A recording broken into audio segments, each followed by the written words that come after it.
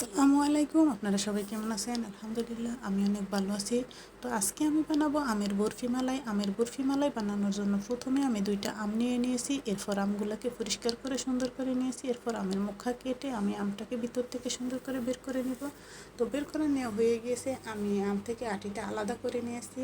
তো এখন আমি চুলায় চলে আসবো। চুলায় আমি দুধটাকে ঘন করে জাল করে নেব। এর সঙ্গে দিয়ে দিব সামান্য পরিমাণ চিনি। চিনি বেশি দেওয়া লাগবে না, আমটা যেহেতু মিষ্টি।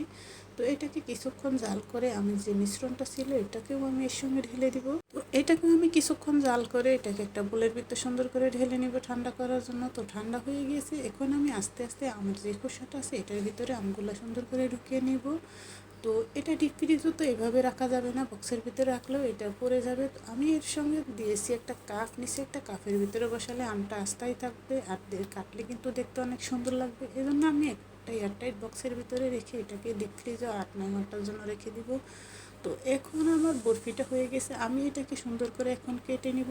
তো দেখুন দেখতে কি সুন্দর লাগছে মাশাল্লাহ, আর এটা খেতেও কিন্তু অনেক বেশি মজা হয়েছে, আর আমার কাছে খেতে কিন্তু অনেক বেশি ভালো লাগছে।